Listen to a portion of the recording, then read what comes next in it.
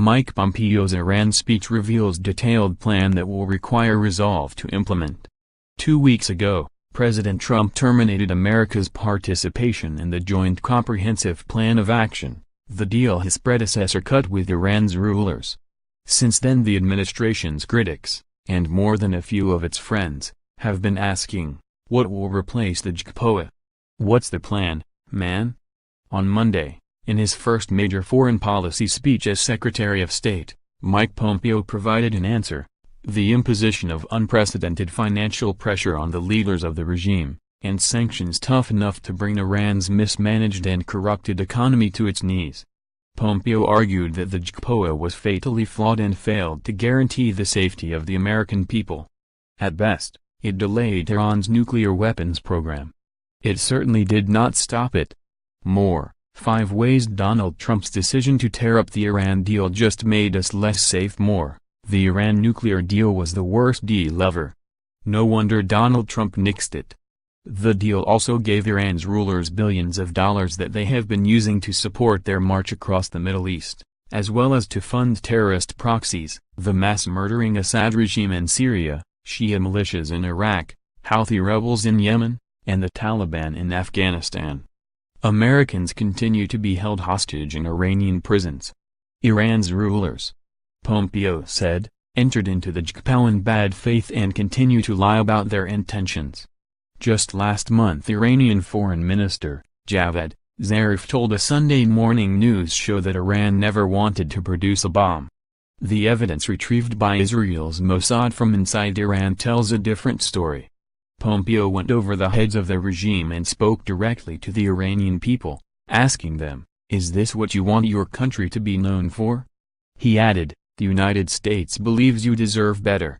He promised to help them, if their leaders change their behavior or, he implied, are changed by other means. The secretary ran through a list of 12 basic requirements to which Iran's rulers must agree if they want Washington's maximum pressure campaign to be lifted. The length of the list, Pompeo said, is simply the scope of the Iranian malign behavior. We did not create the list, they did. Among the requirements, there can be no more uranium enrichment or plutonium processing. UN inspectors must be given unqualified access to all suspect facilities in Iran. Military facilities where covert and illicit nuclear weapons development has occurred in the past can no longer be off-limits.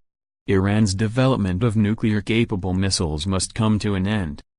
American hostages are to be freed without further delay. America's European allies, in particular, the UK, France and Germany, the so-called E3, are mightily displeased with the Trump administration. They went along with former President Obama's Iran policy and thought that would be the end of it. They had been looking forward to doing business with and making money in the Islamic Republic. More, Mike Pompeo is already a successful peacemaker. Democrats ought to support him. Policing the USA, a look at race, justice, media when push comes to shove. However, the Europeans are almost certain to reluctantly go along. If the Trump makes it clear that foreign companies may do business with Iran or the US but not both, there's really no contest. Should the Iranian regime agree to the demands, Pompeo said, the United States is prepared to take action to benefit the Iranian people. He held out the prospect of re-establishing diplomatic and commercial relationships, allowing Iran to have advanced technology, and supporting the modernization and integration of the Iranian economy into the international system. As ambitious as the administration's goals might appear, Pompeo pointed out that what we are pursuing was the global consensus before the JCPOA. He's right about that.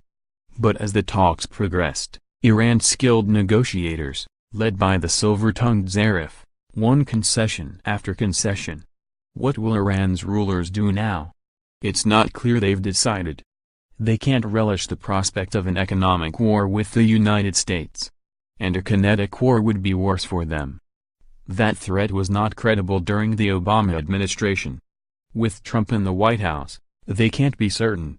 You can bet that Supreme Leader Ali Khamenei and President Hassan Rouhani paid close attention when Pompeo warned that, We will track down Iranian operatives and their Hezbollah proxies operating around the world, and we will crush them. Iran will never again have carte blanche to dominate the Middle East. Not long after Pompeo delivered his remarks, a Pentagon spokesman said that the U.S. would take all necessary steps to confront and address Iran's malign influence in the region. At the same time, Iran's rulers see themselves as revolutionaries. They do not aspire to become custodians of a peace-loving Middle Eastern welfare state. It's not impossible that they will make a strategic retreat if they see the present moment as time of unusual peril. But persuading them to take that course will require extraordinary determination on the part of Trump, Pompeo and other members of the national security team. Over the months ahead, they will demonstrate whether they are equal to that challenge. Clifford D. May is the founder and president of the Foundation for Defense of Democracies. He was a foreign correspondent in Iran in 1979.